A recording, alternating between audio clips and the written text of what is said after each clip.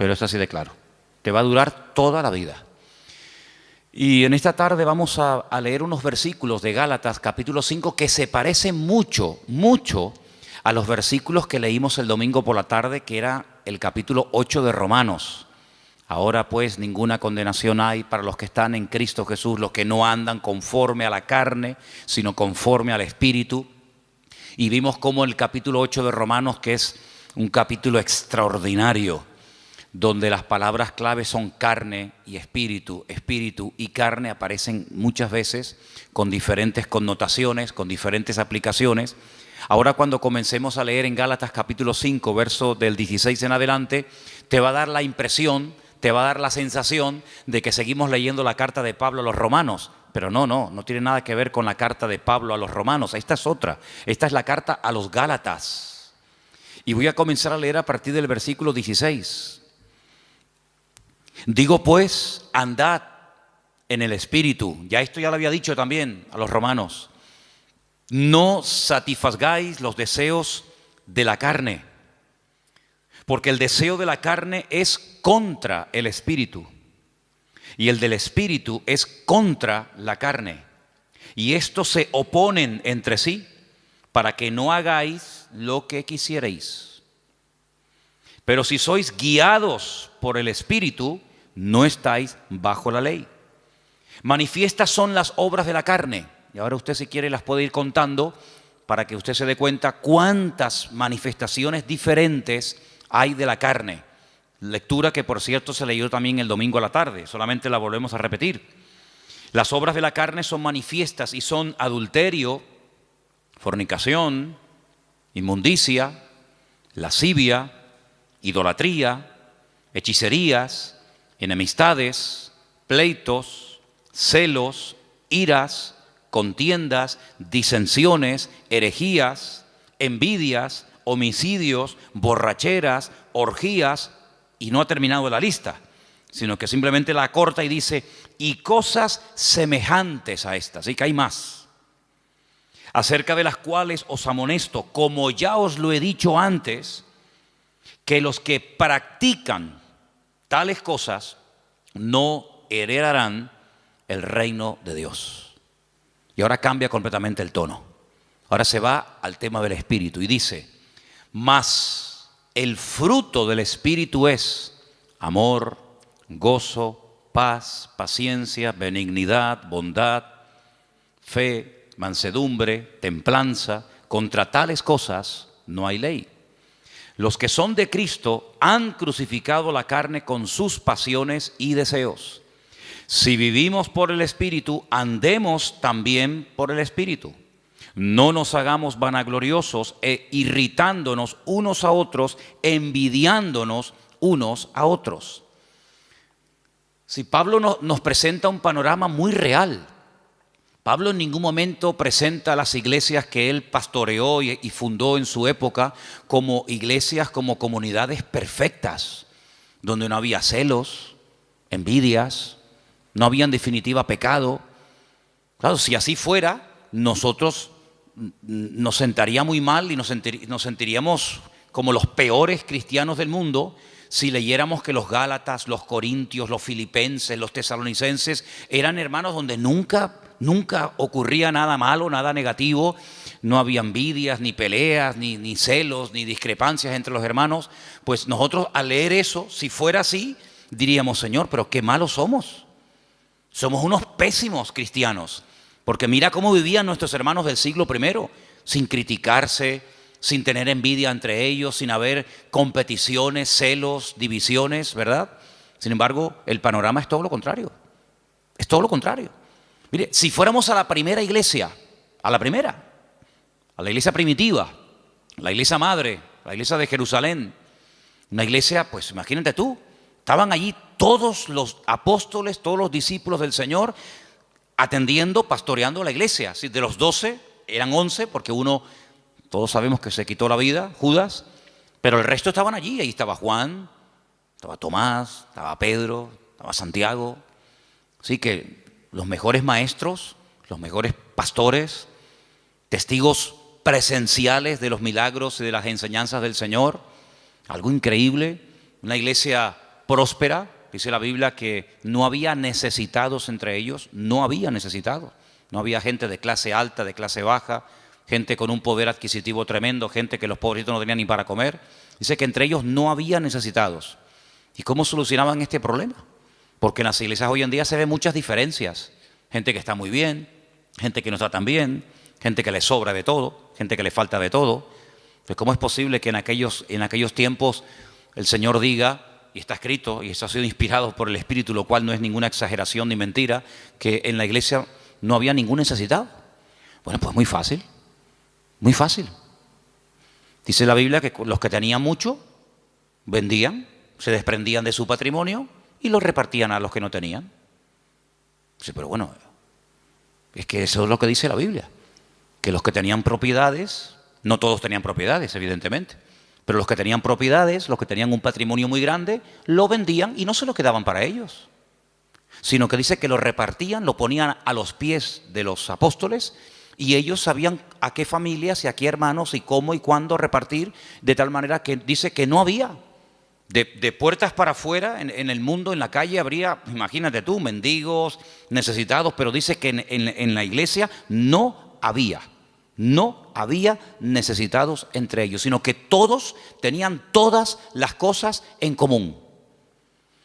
Entonces, claro, muchas veces la gente dice, pero hermano, las cosas que se leían en la Biblia, aquellos milagros, aquellos acontecimientos tremendos, hoy en día no se ven. Hombre, evidentemente, ¿cómo se van a ver? Si la vida de los cristianos no tiene absolutamente nada que ver, nuestras vidas, con eso de la propiedad privada y con eso de la privacidad, etcétera, etcétera, nuestras vidas no tienen nada que ver con la vida que aquella gente llevó, por lo menos durante un tiempo. Y uno dice, una iglesia tan bendecida, con tantas enseñanzas, con los apóstoles, con milagros, porque mira que había milagros allí, milagros que a veces ocurrían hasta sin pedirlos, sin querer.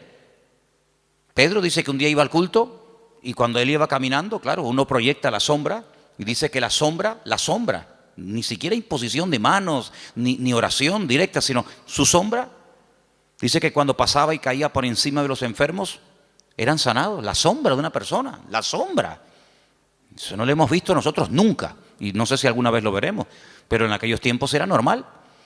Y cuenta la palabra que incluso había gente que vivían lejos, ya un poquito más adelante en los tiempos del apóstol Pablo, cuando ya era un apóstol, y dice que había personas que vivían lejos, incluso que tenían problemas con demonios terribles, y Pablo se quitaba una prenda de su ropa, un pañuelo o lo que fuera, y se lo mandaban a través de un familiar o de un vecino o de un amigo, y cuando se lo ponían encima aquella persona se sanaba, era liberado. Unas cosas increíbles, ¿no? Increíbles. Multitudes se convertían, un día 3.000, otro día 5.000. Los cultos de oración eran diarios. Dice que todos los días subían a la hora tercera, a las 3 de la tarde, la hora de más calor, pues no había siesta, sino la siesta era culto de oración todos los días. Iban a entrar a la iglesia y la gente pedía y oraban por ellos y ya entraba. Imagínate tú, empezar el culto ya con sanidades y milagros y aún no había empezado el culto. Una iglesia increíble. ¿No te hubiera gustado formar parte, aunque sea un tiempito, de esa iglesia? ¿No te hubiera gustado escuchar? ¿Quién predica el jueves? Juan, el discípulo amado. ¡Wow! Y el domingo por la tarde, Pedro y Santiago. Y el próximo jueves, Tomás. Y el siguiente, una gloria increíble. Pero ¿cuál fue el primer problema de esa iglesia? ¿Cuál fue el primer problema? ¿Económico? No, porque no tenían problemas económicos. Porque ya ellos sabían cómo solucionar los problemas internos de la iglesia. Ellos sabían perfectamente, oye, no llega para tal. Pues no pasa nada, si no llega, yo tengo una casa, la vendo, pum, y con eso se paga no sé qué. Oye, que ahora no tenemos para no sé qué. No pasa nada, tengo un terreno. Ellos sabían perfectamente cómo solucionar los problemas económicos. Entonces, ¿cuál fue el problema de la iglesia? Si no fue económico, si no fue falta de crecimiento, si no fue mala doctrina, mala enseñanza o herejías, ¿cuál fue? Murmuración. ¿Cómo? ¿Pero cómo se pueden murmurar? ¿Cómo se pueden criticar unos a otros los hermanos en semejante iglesia? ¿Y por qué murmuraron? Porque cuando llegaba la hora de la comida, que por cierto, comían todos juntos porque era una especie de gran comunidad, pues no sé, dice que las viudas que eran de origen judío, parece, no sé si es algo que realmente era así, pues eran criticadas por otras viudas que dicen, mira, ella le has puesto 2 chuletas, a mí me has puesto una sola. Yo veo en el plato de ella que le has puesto 3 papas, ahí me has puesto 2 y las de ella son muy grandes, las mías son muy chiquititas. ¿Cómo puede ser que una iglesia tan bendecida y tan próspera y tan impactante y tan de todo, el primer problema que registre la Biblia fuera murmuración? Pues ese fue el primer problema de la congregación. Y de ahí nace la idea de nombrar diáconos, ayudantes, colaboradores, que cuando llegue la hora de la comida, pues ellos sean los que distribuyan y se evite este problema en la congregación, porque no vamos a permitir que por la comida y por la murmuración se frene el avance y se estropee el buen ambiente espiritual que hasta hoy hemos tenido. Y entonces dijeron, vamos a nombrar 7 hermanos de confianza, 7 hermanos que los vamos a poner como diáconos, que se van a encargar a partir de hoy de solucionar este tema. Porque nosotros no nos vamos a poner ahora a servir las mesas. Lo nuestro es otra cosa. Lo nuestro es la palabra, la oración, tener comunión con el Señor, atender espiritualmente al pueblo. Pero ahora si nos vamos a poner a dar de comida a miles y a miles de personas, se nos va el día en esto y al final no cumplimos con lo que teníamos que cumplir. Pero claro, pusieron unos requisitos. Dice que tenían que ser hombres llenos del Espíritu Santo, de fe y de buen testimonio y sabiduría, para servir las mesas.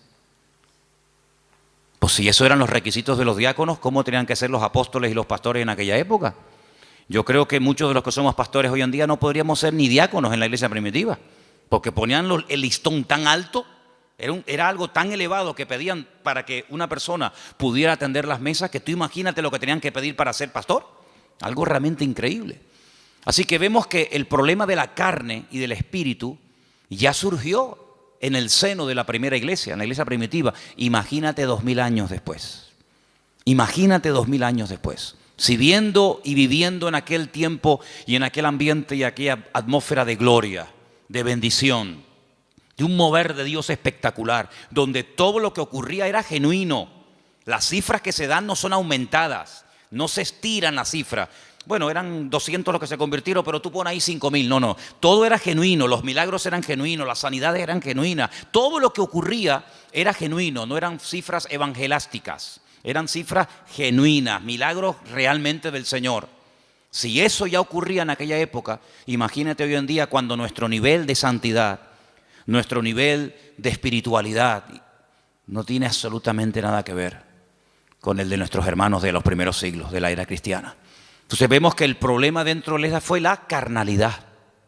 Ahora, oraba y le pedía al Señor, Señor, tiene que haber algún cuadro, tiene que haber algún pasaje en la Biblia para que este tema que estamos tratando últimamente de la carne y del espíritu, de vivir en victoria o vivir en derrota, nos resulte lo suficientemente gráfico como para captar lo que más o menos quiere decir la Biblia cuando habla de la lucha continua entre la carne y el espíritu. Y hay un pasaje extraordinario, hay un pasaje increíble y lo vamos a leer esta tarde y vais a ver cómo al entender ese pasaje vais a poder entender mucho más lo que me refiero cuando hablo de la carne y del espíritu. Vamos al primer libro de la Biblia, al primero, que se llama Génesis, capítulo 25. En Génesis capítulo 25 vamos a leer una historia muy conocida, pero de la cual vamos a extraer muchísimas lecciones para poder entender mejor la lucha entre la carne y el espíritu. Génesis capítulo 25, voy a leer a partir del versículo 19. ¿Lo tienen, hermanos? Muy bien. Dice así la palabra del Señor. Presta atención, hermano. Estos son los descendientes de Isaac, hijo de Abraham. Abraham engendró a Isaac. Y era Isaac de 40 años cuando tomó por mujer a Rebeca, hija de Betuel, arameo de Padán Aram, hermana de Labán, arameo. ¿Cuántos datos en un solo versículo? La edad, el nombre del padre, el nombre del hermano, un montón de datos, todos muy importantes. Quédese con esta cifra. 40 años tenía cuando Isaac se casa. Y entonces dice en el versículo 21, y oró Isaac al Señor por su mujer, que era estéril, y lo aceptó el Señor y concibió Rebeca, su mujer. Y los hijos luchaban dentro de ella y dijo, si es así, ¿para qué vivo yo? Y se fue a consultar al Señor. Y el Señor le respondió y le dijo, 2 naciones hay en tu seno, y 2 pueblos serán divididos desde tus entrañas. El uno será más fuerte que el otro, y el mayor servirá al menor. Esa es la palabra que el Señor le da a esta mujer atormentada. Esta mujer que lo está pasando realmente mal, porque tiene una batalla, tiene una guerra dentro de su vientre. Entonces ella dice, Señor, si estar embarazada es esto, yo no quiero vivir, yo no quiero seguir adelante con este embarazo, quítame la vida. Y entonces ella se va y se refugia en el Señor y le dice, Señor, explícame qué es lo que aquí está pasando. Seguramente ella habrá hablado con otras mujeres, incluso a lo mejor, vete tú a saber, con alguna mujer que también estaba embarazada como ella en aquel tiempo. Y seguramente alguna le habrá dicho, oye, pues yo no sé, yo no te entiendo porque a mí no me está pasando nada de lo que tú estás diciendo.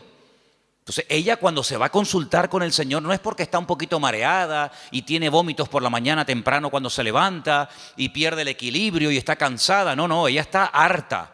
Ella lo está pasando francamente mal. Pero va a consultar, va a buscar palabra de Dios. No va a quejarse, no va puerta por puerta, sino que ella va al único que le puede decir qué es lo que está pasando. Ella va al Señor y desahoga su alma delante del Señor y el Señor le habla y le da una palabra tremenda. Mira, no llevas 1, llevas 2. Y son 2 pueblos.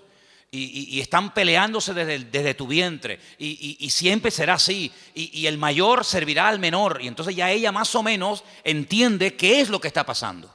Seguimos. Versículo 24. Cuando se cumplieron los días para dar a luz, he aquí había gemelos en su vientre. Ya se lo había dicho el Señor, que había 2, no 1. Luego, aquí vemos que la primera parte de la palabra, no llevas 1, sino llevas 2, se está cumpliendo.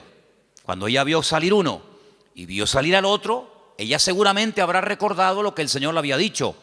2, llevas 2, no 1, 2. Luego, si la primera parte de la palabra se ha cumplido, prepárate porque la segunda también se va a cumplir. ¿Cuál es? Que se van a llevar como el perro y el gato. Que el mayor va a terminar sirviendo al menor. Que están divididos, enfrentados, peleados desde el vientre, ya están peleándose. Imagínate cuando sean grandes.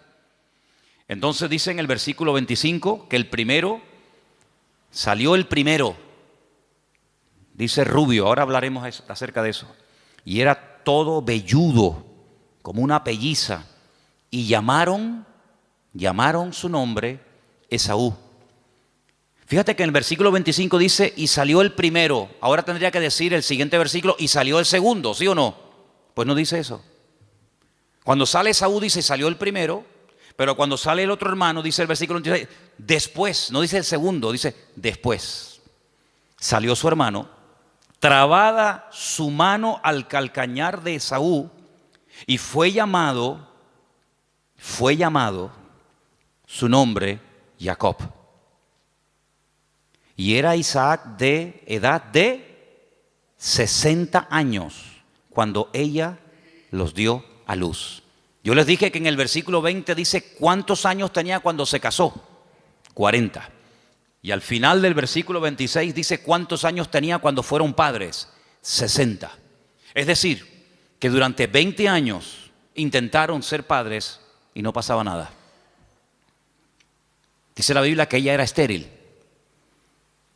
Pero Isaac sabía perfectamente que para Dios no hay nada imposible.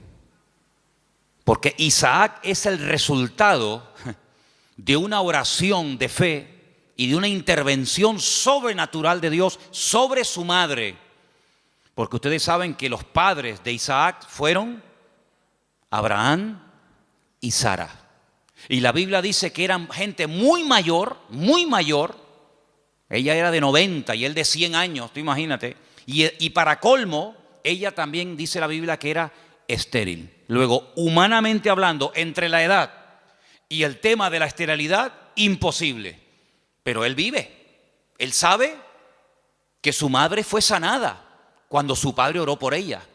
Luego, ahora otra vez se repite por segunda vez en una mujer, en una matriarca, el mismo problema que Sara, es estéril. Y se volverá a repetir en la siguiente generación, en Raquel, sabemos, ¿no? Era Sara, era Rebeca y era Raquel. 3 generaciones seguidas de mujeres estériles, pero mujeres sanadas por el poder de Dios. Una generación le daba ejemplo a la otra y la otra a la otra y así sucesivamente. Se pasaban la fe de unos a otros. Por eso dice que era la fe de Abraham, la fe de Isaac, la fe de Jacob, el Dios de uno, el Dios de otro, el Dios de otro, ¿verdad?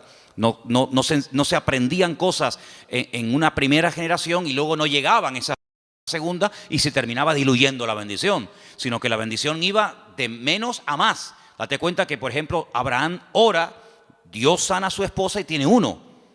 El hijo nace y ora por su esposa y tiene 2. Y nace el tercero, que sería el nieto, en este caso el hijo de Isaac, y en vez de 2, tiene 12 varones y una hembra. Luego la bendición siempre va de menos a más. Ahora, fíjate qué curioso, 40 años tenía cuando se casó, 60 cuando fue padre. Quiere decir que durante 20 años no hay registro en la palabra de que Isaac orara por este tema. Esta es la primera vez que encontramos a Isaac orando por un tema familiar. Esta es la primera vez que la Biblia dice que Isaac se paró y dice, lo hemos leído en el versículo 21, Isaac oró al Señor. Si ustedes leen antes de este versículo y en capítulos anteriores, no dice absolutamente nada. Luego, durante 2 décadas, durante 20 largos años, aquí no pasaba nada. Hasta que Isaac, el cabeza del hogar, se para y dice, aquí hay que orar. Pero el texto que estamos leyendo esta tarde me llama mucho la atención porque cuando dice en el versículo 21, y oró, esa palabra, vayetar, significa oró insistentemente, porfiadamente. No oró de una forma superficial. Bueno, Señor, tú sabes que queremos ser Padre, ayúdanos en tu nombre, amén. Venga, vamos a hacer otra cosa. Sino que él se metió en serio con Dios. Él dijo, aquí hay un problema. Curioso que no dice que su esposa también oró con él, sino dice que él se puso enfrente de ella a orar por ella. Eso es muy curioso. Él tomó autoridad y dijo, bueno, a lo mejor tú ya te has resignado a no ser madre. Pero dice que él se paró frente a ella y él oró fervientemente. Bueno, por ahí hay un versículo en Santiago que dice que la oración del justo puede mucho. No dice así, me equivoqué, perdón. La oración eficaz del justo puede mucho. Corregí porque no es lo mismo decir que la oración del justo puede mucho que decir que la oración eficaz del justo puede mucho. Si quitamos la palabra eficaz, da a entender como que todo lo que oramos resulta con éxito. Y no es así. Es la oración eficaz. Algún día hablaremos de cómo se arma, cómo se construye, cómo se hace una oración eficaz. Porque hay gente que dice, es que yo oro y yo no veo resultados. Y yo pido, pero llevo 20 años y yo no veo. Entonces la Biblia dice, es la oración eficaz. Porque hay oraciones que no son eficaces. Son oraciones, pero no son eficaces. Y una vez conté aquí que Alejandro Magno tenía en su guardia personal un grupo, creo que eran como de 400 y pico mujeres, que la llamaban las amazonas, que eran mujeres que se cortaban un pecho, amazonas, con un solo pecho, se quitaban un seno, porque eran las mujeres que tenían que protegerlo a él, era su guardia pretoriana, por decirlo de alguna manera, era su seguridad privada, personal, y las mujeres, lógicamente, al tener pecho, pues no se puede pegar el arco como un hombre se lo puede pegar y de esa manera apuntar, sino que al no poderse pegar el arco, la flecha no sale como tiene que salir. Entonces se sacrificaban por su rey, se cortaban un seno, pues se llama amazonas, con un solo seno, y de esa manera, donde ponían la flecha, o donde ponían el ojo, ponían la flecha. Entonces eran personas que se sacrificaban, se amputaban un miembro de su cuerpo con tal de cumplir con su cometido. Bueno, el Señor dijo una vez que si tu ojo te produce problemas, que te lo arranque. O si tu problema no está en los ojos, sino en las manos, pues arráncatela o córtatela. Porque mejor es entrar tuerto, ¿no? Se dice tuerto, ¿no? Mejor es entrar con una sola mano que no entrar. Entonces, si hay algún miembro de tu cuerpo que te está causando problemas, pues ya sabes lo que tienes que hacer. Si lo quieres tomar simbólicamente o lo quieres tomar literalmente, tú verás.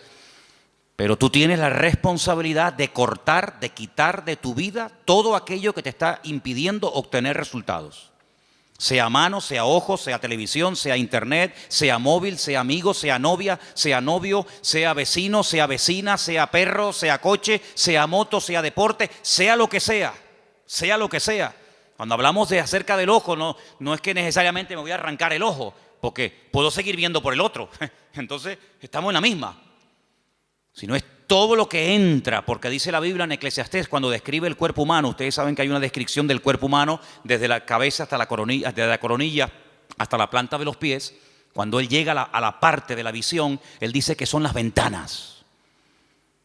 Las ventanas. Y el Señor dijo, si tu ojo es bueno, si lo que tú ves, si lo que entra por las ventanas es bueno, todo tu cuerpo estará lleno de luz.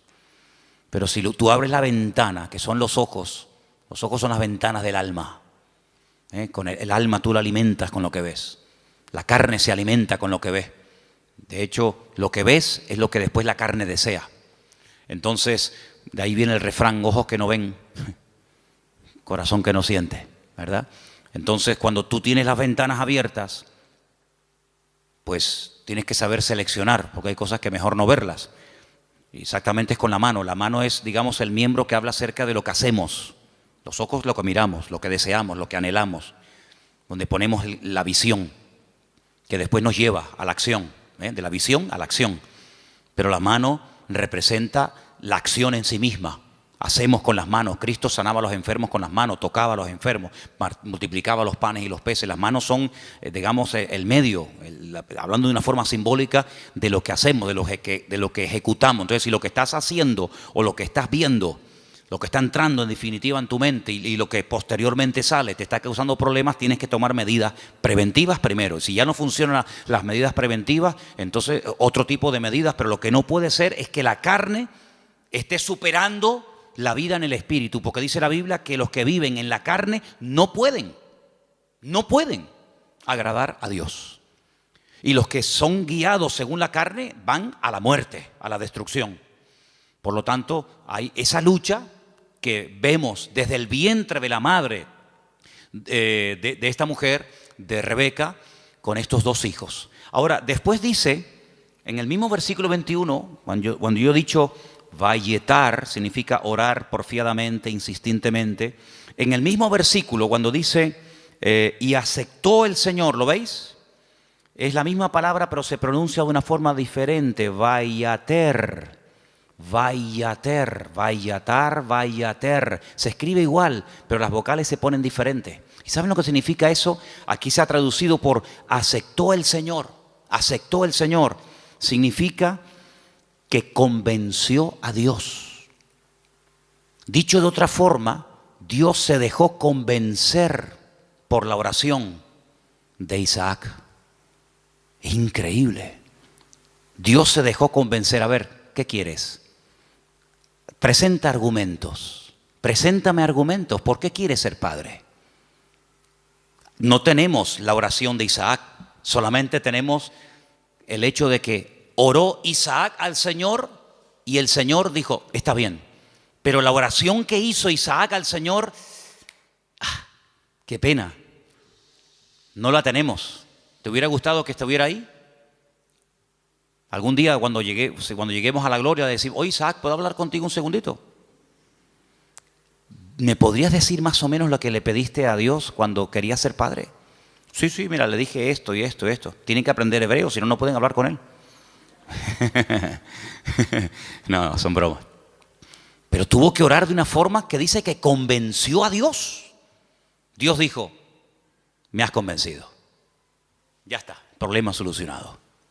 Fíjate, si en vez de haber esperado de los 40 años que se casó, a los 60, yo pregunto, si hubiera orado a los 2 años de casarse, de esa manera como oró, ¿no hubiera el Señor respondido? Por supuesto. Si hubiera orado cuando tenía 25, cuando tenía 45, 50 años,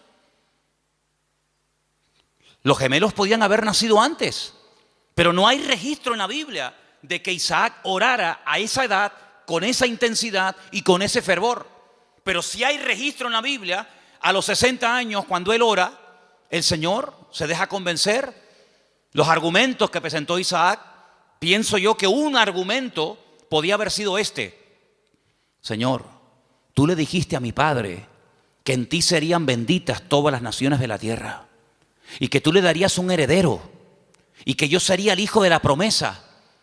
Pero Señor, cuando yo me muera, mi padre vio en mí el cumplimiento de la palabra. Yo soy el hijo de la promesa. Por eso me pusieron Isaac, que significa ríanse, gócense, alégrense. Estaba todo cerrado, estaba todo opuesto. La esterilidad de la madre, la vejez del padre, imposible. Pero ríanse, Isaac. Yo soy el hijo de la promesa. Pero ¿y cuando yo me muera? Se acabó la risa, se acabó la alegría. Cuando yo y mi mujer nos muramos, ya no hay continuidad. La bendición nació y murió con nosotros. ¿Cómo puede ser esto? Señor, dame hijos para que siga la bendición. Y ahí presenta argumentos.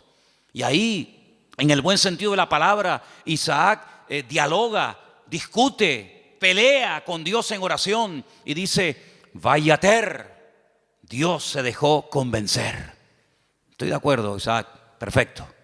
Tu mujer a partir de ahora quedará embarazada. Qué tremendo, ¿eh? Qué tremendo. Si nos tomáramos más en serio, no solo la oración, sino cómo oramos, qué diferente sería nuestra vida, ¿sí o no? A veces no tenemos suficiente fe. Yo sé que la fe la tenemos que poner en el Señor, eso lo tengo más claro que el agua.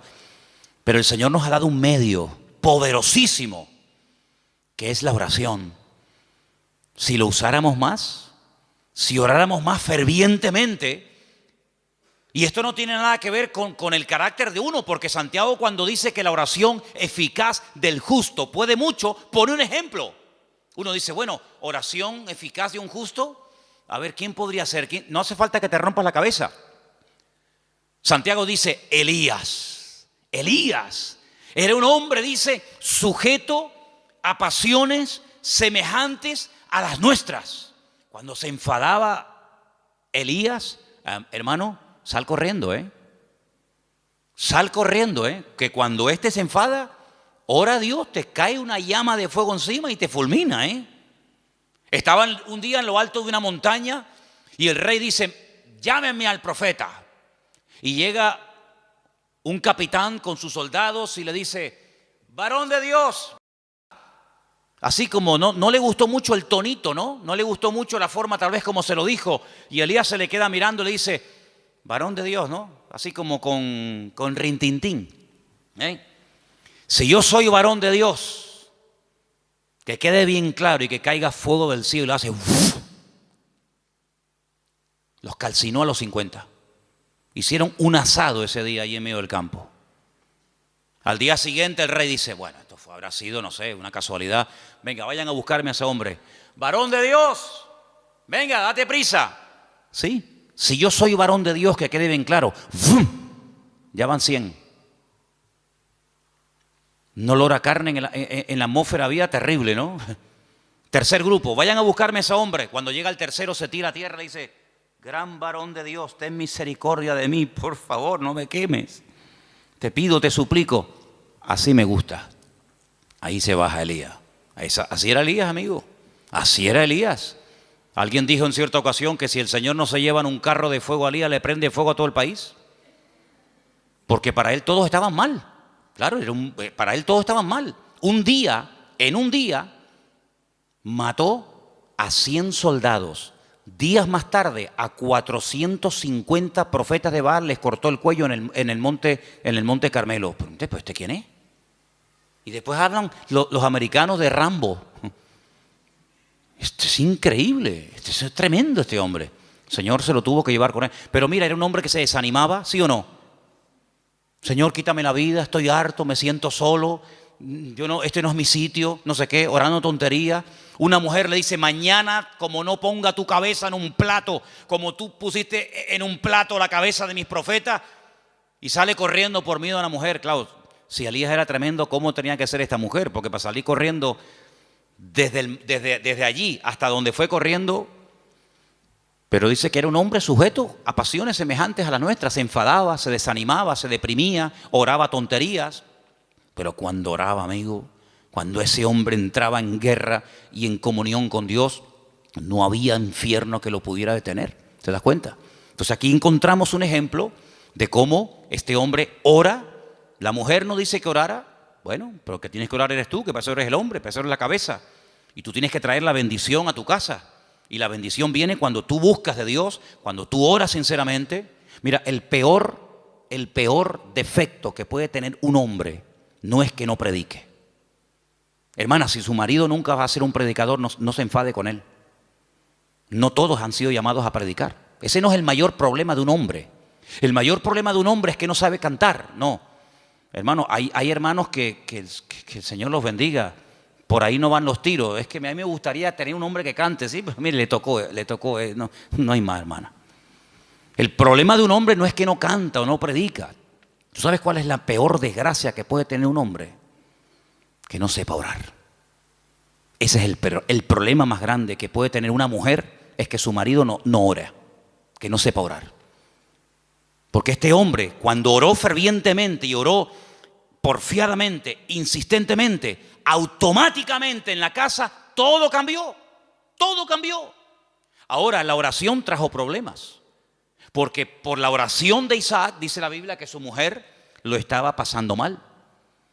Pero ella, ¿qué fue lo que hizo? Lo que le enseñó su marido. Vete a hablar con el Señor, déjate de quejarte, vete a la cámara secreta y allí en la cámara secreta abre tu alma delante del Señor. Y el Señor le dio una palabra tremenda. A muy pocas gentes el Señor le da palabras específicas para sus hijos y a ella se los dio.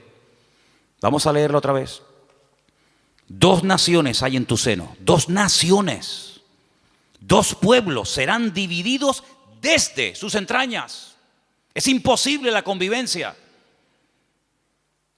Un pueblo será más fuerte que el otro pueblo y el mayor servirá al menor. Tremendo. Este hombre cambió la situación de su casa porque oró por ella. Ahora, lo que me llama la atención, lo decíamos hoy en casa, que cuando su papá, cuidado con esto, cuidado, porque hay cosas que se transmiten a través de lo físico, de lo genético, pero también hay cosas que se transmiten de generación en generación por la vía espiritual. Si me sacan una célula de mi cuerpo, cualquiera que sea, y extraen un ADN de mi pelo o de donde sea, en un 99,9% ese ADN dirá que yo soy hijo de fulano de tal. Es inevitable, totalmente inevitable. Las famosas pruebas de paternidad. No, es que ese hijo no es mío. Sí, hazte una prueba de paternidad y ahí, amigo, ahí sale. O eres o no eres. Bueno, tal vez no. O eres o no eres. Lo genético, queramos o no, se transmite de generación en generación. ¿Y lo espiritual? Porque dice la Biblia que somos espíritu, alma y cuerpo. Luego transmitimos la genética y como lo natural es un reflejo de lo espiritual, lo he dicho ya 1.000.000 de veces, pues si transmitimos lo genético, si transmitimos lo físico, lo espiritual, no te quepa la menor duda. Por ahí podríamos un día hablar largo y tendido sobre este tema. Dice la palabra de Dios que tal la madre, tal la hija. ¿Sí o no? Eso dice la Biblia. Tal la madre, tal la hija. No dice tal el padre, tal el hijo. Eso no lo dice. Pero la Biblia se dice tal la madre, tal la hija. Así que mamá, ten cuidado que le estás transmitiendo a tus hijos. Porque la madre transmite mucho más a los hijos de lo que te puedas imaginar. Mucho más a veces que un padre. ¿Qué te parece? La responsabilidad es tremenda. Así que si hay aspectos negativos espiritualmente hablando de tu madre o de tus antepasados, métete en la habitación con el Señor y que Dios corte todo eso lo antes posible. Para que no seas tú una víctima de cosas del pasado.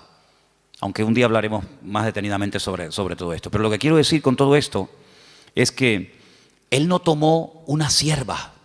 Él podía haber dicho, bueno, ¿qué hizo mi padre cuando oró y no venía yo, vaya, no nacía yo? ¿Qué hizo mi padre? Tomó una sierva. Era la costumbre de la época. La costumbre, no lo bíblico, no lo correcto. Por dejarse llevar por la costumbre, resulta que hasta el día de hoy estamos pagando las consecuencias de aquello. Porque no fue una palabra dada por el Señor como ahora el Señor le está diciendo a Rebeca lo que le está pasando, sino que fue una costumbre.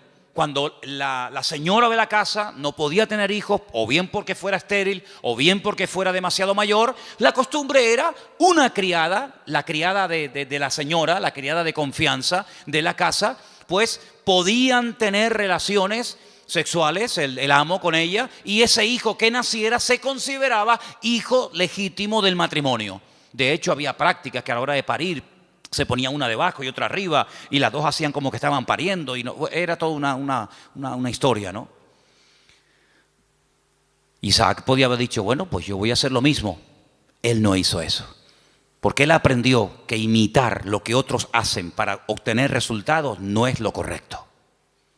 No hay que imitar lo que hacen otros, y mucho menos tomar costumbres y aplicarlas como si fueran principios bíblicos. Tú no tienes que imitar a nadie. Es que mi padre lo hizo, pero eso no significa que tú lo vas a hacer. Mira, hay un momento en la vida de Isaac en el que él tiene la tentación de hacer lo mismo que hizo su padre. No con la criada, ya eso lo dejamos bien claro, porque Isaac prefirió esperar en Dios 20 años que precipitarse y adelantarse como hizo su padre con Agar, y fue un desastre. Que al final saben que tuvo que expulsarla, al hijo, etcétera, etcétera. Pero hay un momento en el que él quiere bajar a Egipto, porque su papá bajó a Egipto. Y entonces el Señor lo para y le dice, no, tú no bajas a Egipto.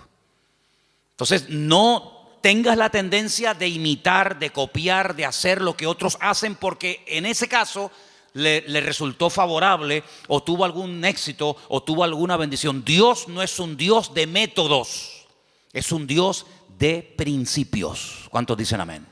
Usted no tiene que imitar a nadie. Es que es como, por ejemplo, usted sabe que cuando hay una persona enferma, siempre hay alguien que se te acerca a decirte lo que tienes que tomar. Cuando hace poco tenía la garganta mal, me afectó un poco la garganta, si yo me hubiera tomado todo lo que me dijeron, me hubieran envenenado. Me hubieran envenenado. No, tienes que tomarte tomillo con un poco de orégano y con una cuchara y una yema de huevo. Al rato venía otro. No, lo que tú tienes que hacer es tomarte gárgaras de limón con miel por la mañana. Venía otra. No, lo tienes que hacer de una infusión de jengibre. Si yo llego a mezclar todo eso, estaría muerto. Porque todos tenemos siempre la tendencia de decir a los demás lo que tienen que hacer. Y aquí vemos algo muy importante. Isaac dijo, mi padre hizo mal. Pero yo no voy a imitar a mi padre. Yo voy a orar al Señor, y aunque seguramente Isaac tenía muchas criadas y muchas siervas, yo no voy a hacer eso. Y eso se lo transmitió a su mujer, de tal manera que ella, cuando está mal, lo que hace es lo que su marido le ha enseñado. Vete a orar y el Señor te dirá lo que tienes que hacer. ¿Cuántos dicen amén? Tremendo, este pasaje me gusta muchísimo. Así que no toma el ejemplo de su padre, pero ahora vamos al versículo donde dice que los hijos luchaban dentro de ella. Hay otra versión que dice se agitaban. Hay una palabra un poquito extraña en hebreo que es vayitrosasú, algo así, que viene de la raíz ratz, que significa correr, destrozar, aplastar, Se estaban matando los hermanos en el vientre de la madre. No es que decía, échate un poquito para allá, como por las noches, ¿no? Cuando estamos durmiendo, sobre todo cuando hay calor, ¿no? Los matrimonios, cuando hay calor, que dice, échate para allá. Cuando hace frío, dice, échate para acá. No es que quedamos, para allá o para acá. Pues depende de la estación. Échate para allá. Échate para acá. No es que estaban ahí incómodos, ¿no? ¿Verdad? Sino que se estaban matando. Querían salir los dos antes de tiempo. Se estaban aplastando. Se estaban dando una cuerada entre ellos tremenda. Ahora, tú imagínate tener dos, si ya uno es complicado, imagínate tener dos que se están matando y peleando el uno al otro. Bueno, el otro día me contaron algo, yo no sé si era verdad o no, pero dice que una madre embarazada denunció a su hijo antes de nacer, porque le estaba dando un mal embarazo. Lo denunció. Y dice que un juez aceptó la denuncia y que cuando salga niño, no sé, lo llevarán a comisaría o le pondrán a la esposa, yo no sé. Denunció al hijo porque le estaba causando problemas al embarazo. Oye, hay que estar de verdad. Después dicen que nosotros estamos locos, pero el mundo está, bendito sea Dios. Denunció al bebé que aún no ha nacido. Imagínate tú, su propia madre. Pórtate bien, que te portes bien, que no te muevas. Imagínate dos peleándose ahí, matándose y pellizcándose y pegándose puñetazos. Es que hay dos dentro. Y uno es completamente diferente al otro.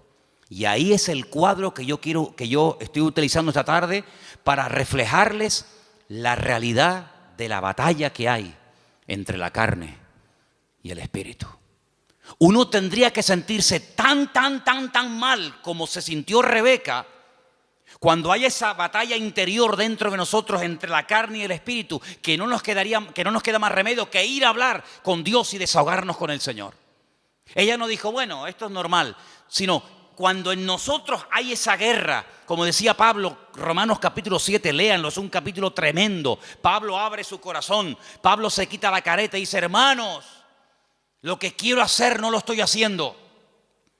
A veces hago cosas que no quiero hacer. Miserable de mí, ¿quién me librará de este cuerpo de muerte? Lo que quiero hacer no lo hago lo que no quiero y hay una ley dentro de mí. No le eche la culpa a fulano, a mengano. Hay una ley, hay algo dentro de mí.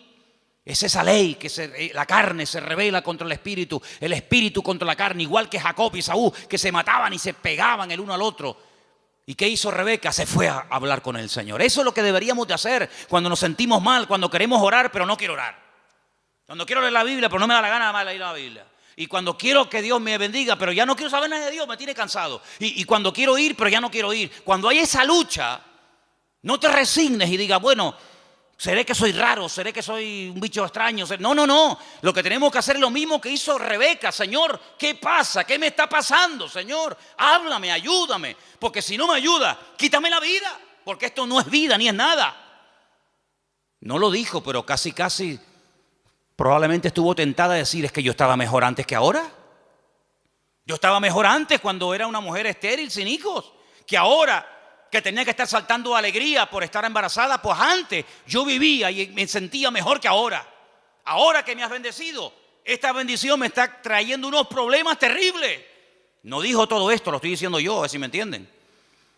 Pero ¿cuántas veces puede pasar por nuestra mente? ¿Cuántas veces nos pueden cruzar los cables por nuestra mente y decir, ¿y ahora qué? De ahora a hora, y lee la Biblia y vas a la iglesia y no sé qué, y te das cuenta. El diablo es tremendamente cruel con nosotros. Y nos hace ver un panorama irreal, pero lo pinta de tal manera que parece que es real. Tremendo. Ya se lo dijo al Señor, solamente te quiero pedir una cosa, que te postres y me adores. Y si lo haces, mira qué fácil, te postras, me adoras y ya está. Te doy todos los reinos de la tierra. Y el diablo lo que quiere, detrás de toda tentación, detrás de todo ataque, siempre está lo mismo. Claudica, tira la toalla, ríndete. ¿Y qué es rendirse? Es darle la razón al diablo. Pero dice la Biblia, sométete a Dios, resiste al diablo y huirá de vosotros. ¿Cuántos dicen amén? No dice, no, yo me someto a Dios y el diablo huye. Es que no dice eso. Es que no dice eso. Como tú te estés montando una vida cristiana diferente a los principios que dice la palabra, te vas a llevar cada palo, te vas a llevar cada desilusión, porque ves que haces cosas y no funcionan. Y no hay nada peor que hacer algo y ver que no funciona y te enfadas con Dios. Someteos a Dios, someterse a Dios. ¿Qué es someterse a Dios? Habrá que explicar a estas alturas lo que es someterse a Dios. Hermano, rendirse a Dios sin condiciones. Es que yo siento, es que yo creo, es que a mí me parece, es que yo haría. Someterse, rendirse. Tú has perdido la guerra, el que manda soy yo. No me digas a mí dónde tienes que vivir, cómo tengo que vestirte, cómo tengo que tratar, porque tú te has rendido. El que he ganado soy yo, y el que gana la guerra le dice al vencido cómo tienen que hacerse las cosas. No me vengas a poner condiciones. Someterse a Dios, rendirse a Dios. Ya no vivo yo. Muy bien, perfecto, perfecto. Ahora que te has sometido, ahora que te has rendido, ahora puedes resistir. ¿A quién? Al diablo. Y huirá, tiempo futuro, huirá. Pero no me dices cuándo, no.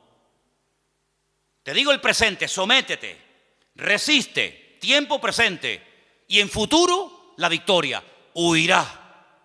Es decir, si tú te has sometido a Dios, tú sabrás, yo no sé.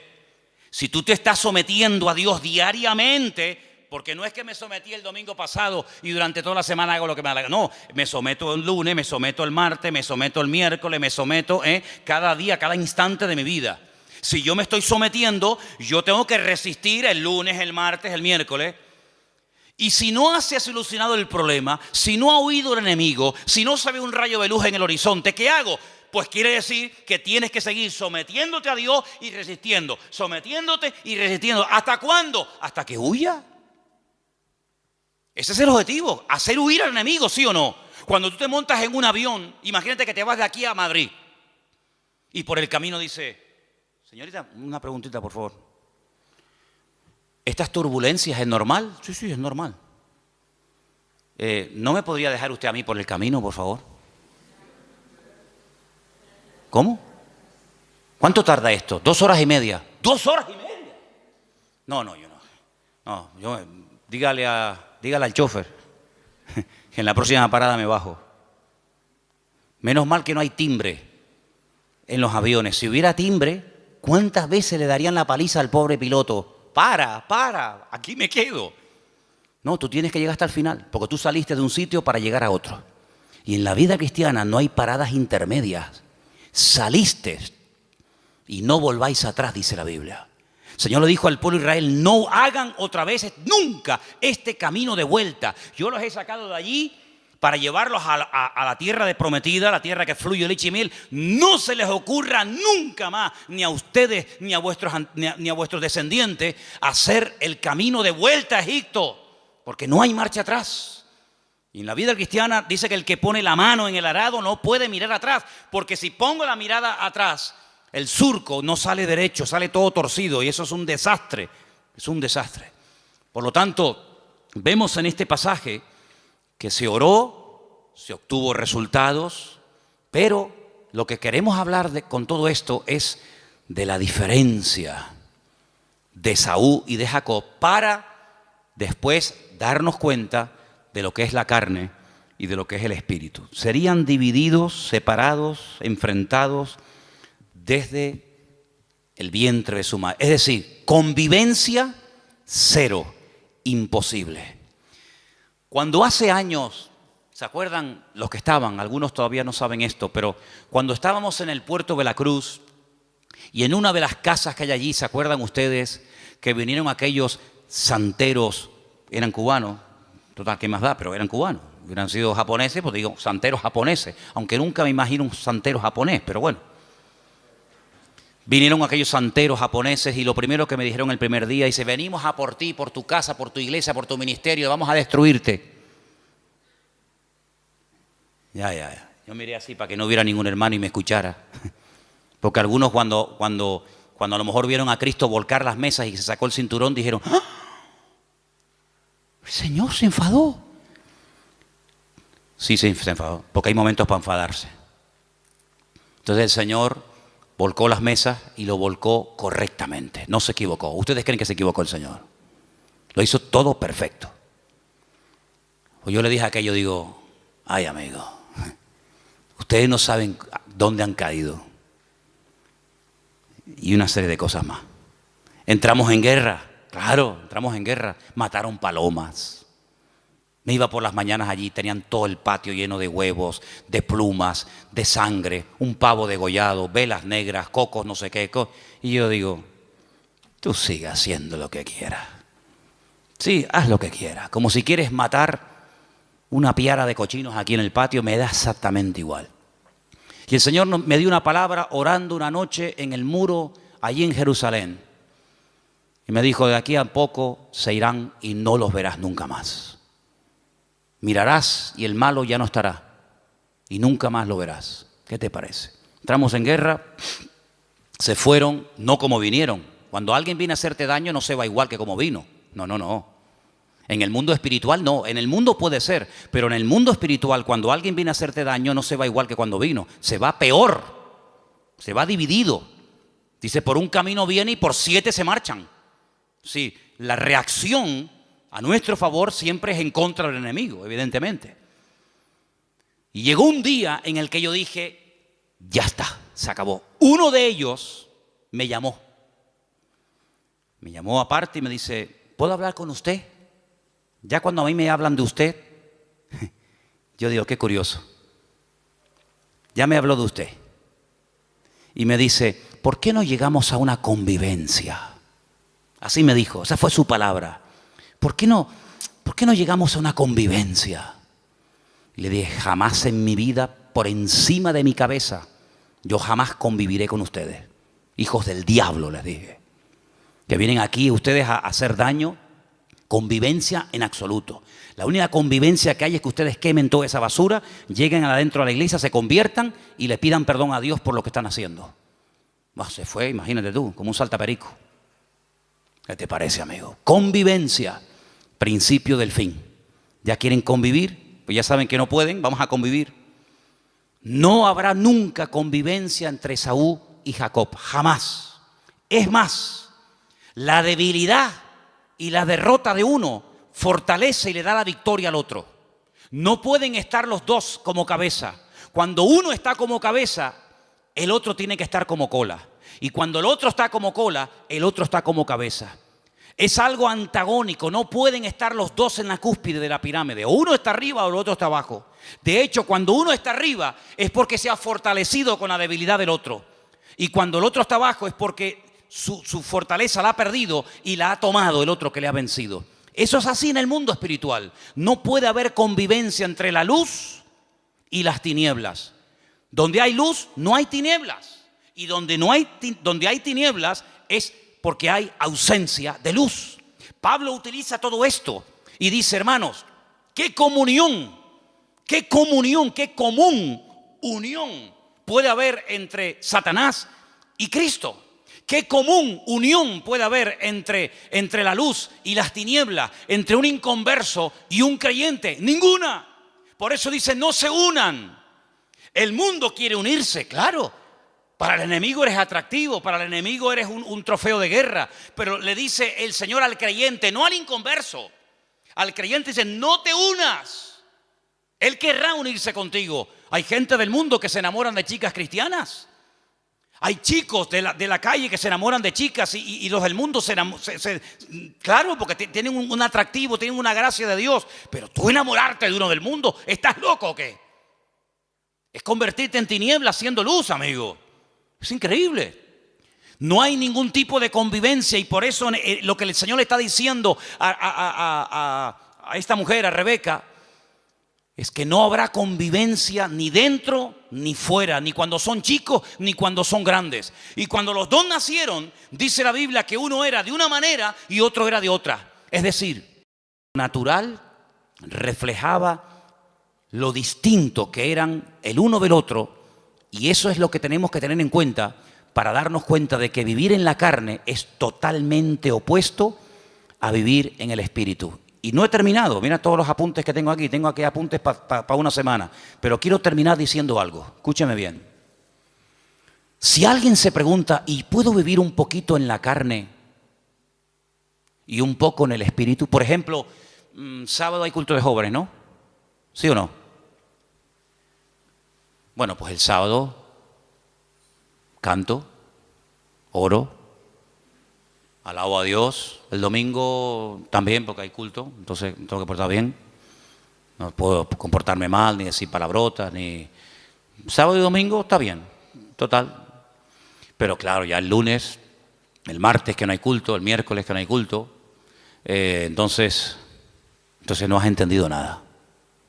Porque no se puede convivir, no se puede vivir en la carne y en el espíritu. Hubo un hombre en la iglesia de Corinto que estaba dentro de la iglesia, dentro del cuerpo de Cristo, pero estaba viviendo en la carne. ¿Sabéis el caso, no? Dice la Biblia que el pecado que estaba cometiendo, cuando Pablo se lo comenta, dice, oye, pasa esto, esto y esto. ¿Cómo?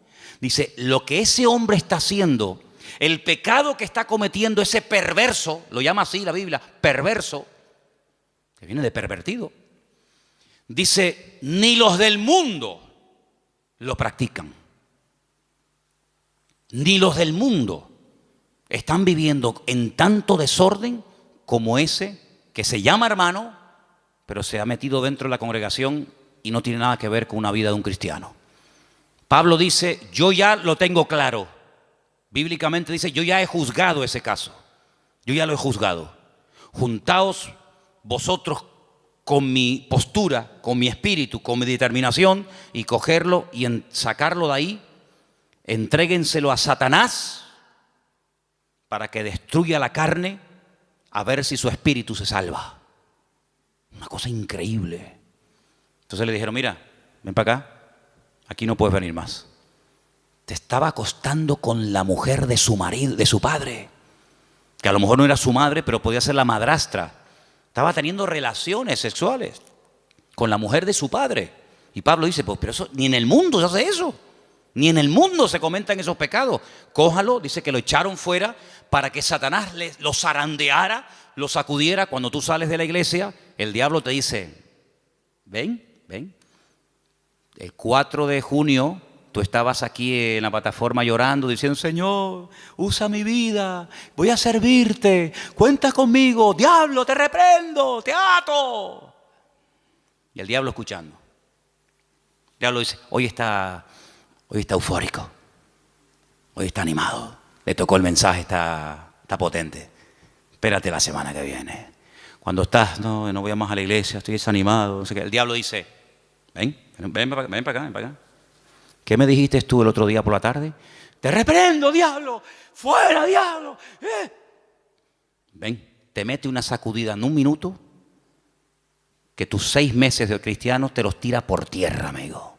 Te mete una tunda que en algunos casos algunos ni se levantan. Fíjate lo que te digo, Cuando ustedes oren, ustedes se están comprometiendo. El mundo espiritual oye, los demonios oyen, los ángeles oyen, Satanás oye, Dios oye. Y el mundo espiritual tiene una característica que a veces los seres humanos hemos perdido, y es que son pacientes. Son pacientes, saben esperar, son sigilosos como la serpiente, que están horas y horas y horas en un charco de agua colgados en un palo. Horas ahí sin moverse, no pestañean nada, esperando que pase una presa. Uno dice,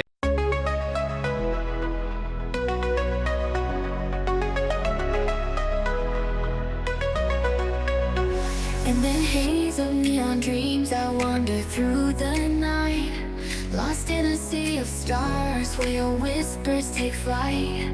Electrified emotions, they dance around my heart, in this digital garden where we never have to part.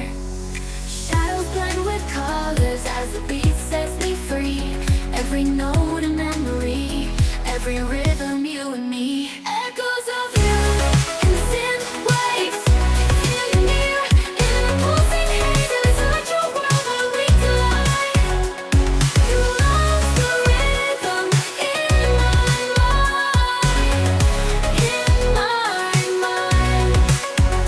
With the glow of city lights, our shadows intertwine in this kaleidoscope of love where the past and future align. With every step I take, I feel your presence strong, and this digital symphony where our hearts belong.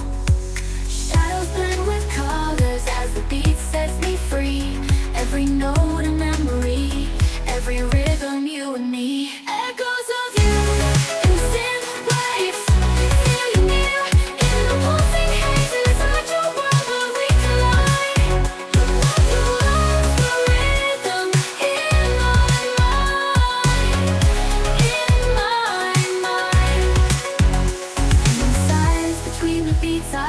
find your voice.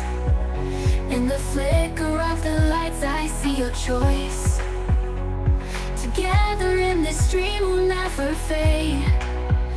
In the echoes of our love we'll always stay. Echoes of you and the synth waves feel you near. In the pulsing hazes of your world where we collide. Like your arms, the rhythm in my mind. Music fades away in the quiet of the night. Your echoes stay with me in the soft distant light. In this digital garden where our love resides. In the echoes of you, I'll always confide. As the music fades away in the quiet of the night, your echoes stay with me in the softest.